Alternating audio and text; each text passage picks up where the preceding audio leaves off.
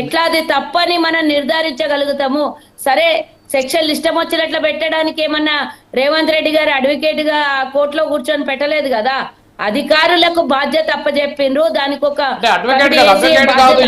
ఇప్పుడు దేశంలో అలాంటి రకమైనటువంటి కేసులే గతంలో నడిచాయి. సో అందుకనేసి ఇది కూడా దాని కిందకు వస్తుందా అంటే వీళ్ళు లేవనెత్తినటువంటి అంశానికి సమాధానం చెప్పాల్సినటువంటి బాధ్యత ప్రభుత్వంలో ఉన్నటువంటి వాళ్ళ మీద ఉంటుంది. చట్టమేమో తన పని తాను చేసుకుని పోతూ ఉంటుంది. సో చట్టం తన పని తాను చేసుకుపోతూ ఉన్నప్పటికీ కూడా ఈరోజు రాజకీయ నాయకుల ప్రమేయం లేకుండా జరగట్లేదు అనేటువంటి వాదన ఎప్పటి నుంచో కూడా ఉంది. ఓకే, సుజాత గారు ఒక్క నిమిషం ఉండండి. రామ్మోహన్ రావు గారు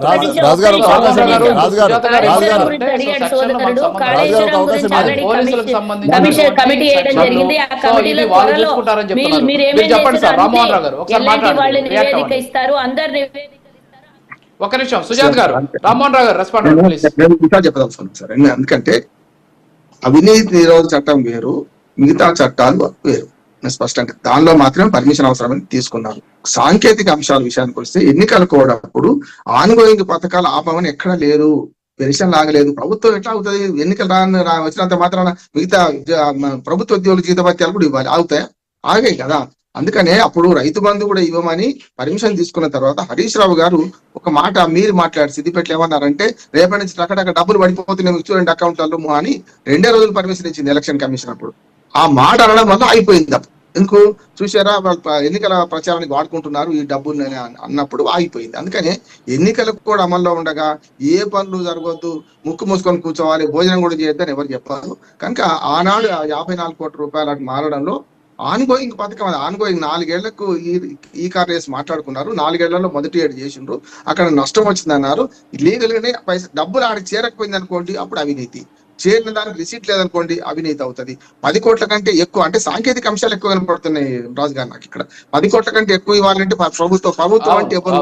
చాలా గమ్మతుంది. ప్రశ్నలు ఎట్లా ఉన్నాయంటే, ఇప్పుడు ఇంతకుముందు శ్రీనివాస్ యాదవ్ చెప్పారు కానీ అది మన క్యాన్సల్ అయింది. అది మన యాదాద్రి భద్రాద్రి జడ్జిని పక్క పెట్టి ఏది నరసింహారెడ్డి గారు అక్కడ కాదు, ఘోష్ గారు మాట్లాడుతున్నారు. వాళ్ళ చాలా లీగల్. ఇప్పుడు కూడా లీడింగ్ క్వశ్చన్స్ చేయొద్దు. ఎప్పుడు ఒక జడ్జి అంటే లీడింగ్ క్వశ్చన్ చేయొద్దు. ఆయన ఏం చేస్తున్నాడు? ప్రభుత్వం అంటే ఎవరు ఆయన తెలియదా? ప్రభుత్వం అంటే ఎవరు అని, ప్రభుత్వం అంటే ఎవరు అంటే సీఎమా, బిగ్ బాస్ ఎవరు, ఇట్లా మాట్లాడుతున్నారు. నిజంగా ఈ విచారణ సంస్థల ఈ కమిషన్ ఆఫ్ ఎంక్వైరీ, కమిషనర్ ఎంక్వైరీలో వీళ్ళు అతీతంగా మాట్లాడడం అవసరం లేదు. జడ్జి కూడా కోర్టు కూడా కాదు అది. దానికి ఉన్నాయి సమర్ చేసే అధికారం, కమిషన్ ఎంక్వైరీ కొన్ని ఉంటాయి. వాళ్ళు నేను ఏం మాట్లాడుతున్నా సిబిఐ వాళ్ళని కానీ వాళ్ళు మాట్లాడే ప్రజలు చూస్తుంటే ప్రభుత్వం అంటే ఎవరు, క్యాబినెట్ అంటే ఏంటి, ఎవరు నిర్ణయం తీసుకున్నారు, చివరికి ఎవరు నిర్ణయం తీసుకున్నారు, సీఎమేనా? ఇది లీడింగ్ క్వశ్చన్స్ కదా. అట్లే జరుగుతుంది. గతంలో ఈ మాట మాట్లాడి నరసింహారెడ్డి గారు ఇంటికి వెళ్ళారు.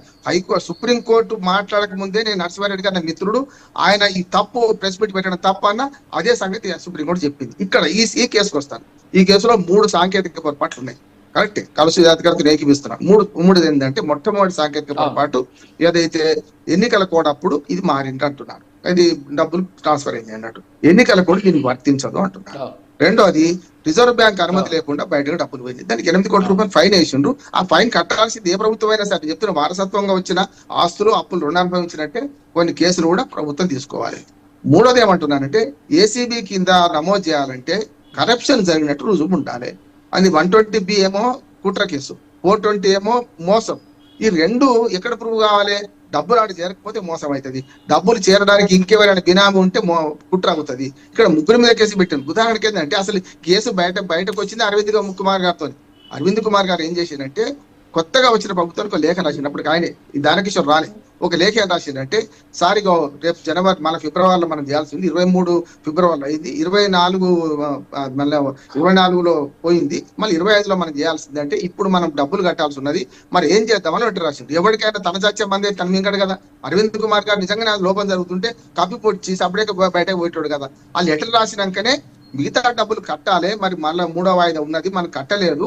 డిసెంబర్ 11వ తారీఖు లాస్ట్ డేట్ ఉన్నది, మరి ఏం చేద్దామని లెటర్ రాసిండు. అప్పటికి 7 డిసెంబర్ ప్రభుత్వం మారింది, 23లో మారింది. కానీ ఏం చేద్దామని లెటర్ రాసిండు. ఆయన చేస్తే దాని మీద ఎంక్వైరీ కోసం చూస్తే మొత్తం అంతా తీగ కదిలింది.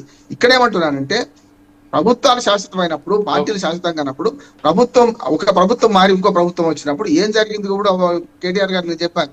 ఏదో వేరే దేశాల్లో ఈ బ్రీచ్ ఆఫ్ అగ్రిమెంట్ జరిగితే, అగ్రిమెంట్ వయలేషన్ జరిగితే ఫైన్ కట్టాల్సి వచ్చింది ఆ మేయర్. ఇప్పుడు మన దగ్గర స్థానిక ప్రభుత్వాలు నిర్వీర్యం అవుతున్నాయి. పంచాయతీ ఎన్నికలు కాక ఏడాది అయింది.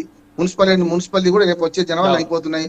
ఈ వీటి మీద విడిచిపెట్టి స్థానిక ప్రభుత్వాన్ని నిర్వీర్యం చేసి అక్కడ మన కేటీఆర్ గారు చెప్పిన ఉదాహరణ మేయర్ అక్కడ పూర్తిగా సిటీ గవర్నమెంట్స్ నడుస్తుంటాయి, రాష్ట్ర ప్రభుత్వం సంబంధం లేదు.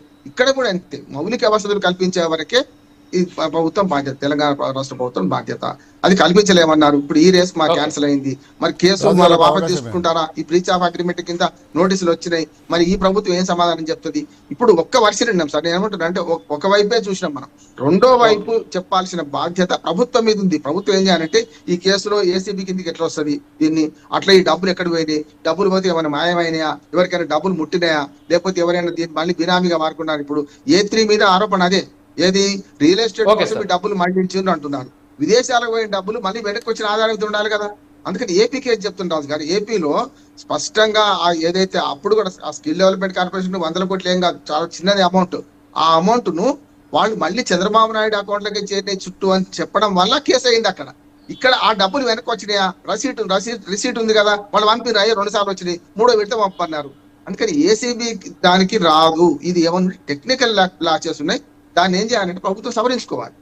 సో రాజు గారు స్పష్టంగా ఓకే సార్, శ్రీనివాస్ యాదవ్ గారు రెస్పాండ్ అవ్వండి. కాలువ సుజాత గారు మాట్లాడారు. ఇప్పుడు కాలువ సుజాత గారు కూడా వాదించారు ఏంటంటే ఇప్పుడు అంటే వాళ్ళు చేసింది రైట్, సో ఇదంతా కూడా న్యాయ పరిధిలోకి వస్తుంది, సో మాకేం సంబంధం ఉంటుందని చెప్పేసి ఇప్పుడు ఆమె చెబుతూ ఉన్న పరిస్థితి. ఏమంటారండి శ్రీనివాస్ యాదవ్ గారు? నేనేమంటున్నా, స్పష్టంగా సుజాత మేడం కానీ, రామ్మోహన్ అన్న కానీ, మీరు కానీ, నేను కానీ ప్రేక్షకులు వినడం, చట్టం ఏదైతే తప్పు చేస్తే ఎవరు కూడా ఎక్కడ, వాళ్ళ ప్రభుత్వమే ఉంది కదా, ఆ పేపర్లు అక్కడే ఉన్నాయి కదా, అధికారులు అక్కడే ఉన్నారు కదా.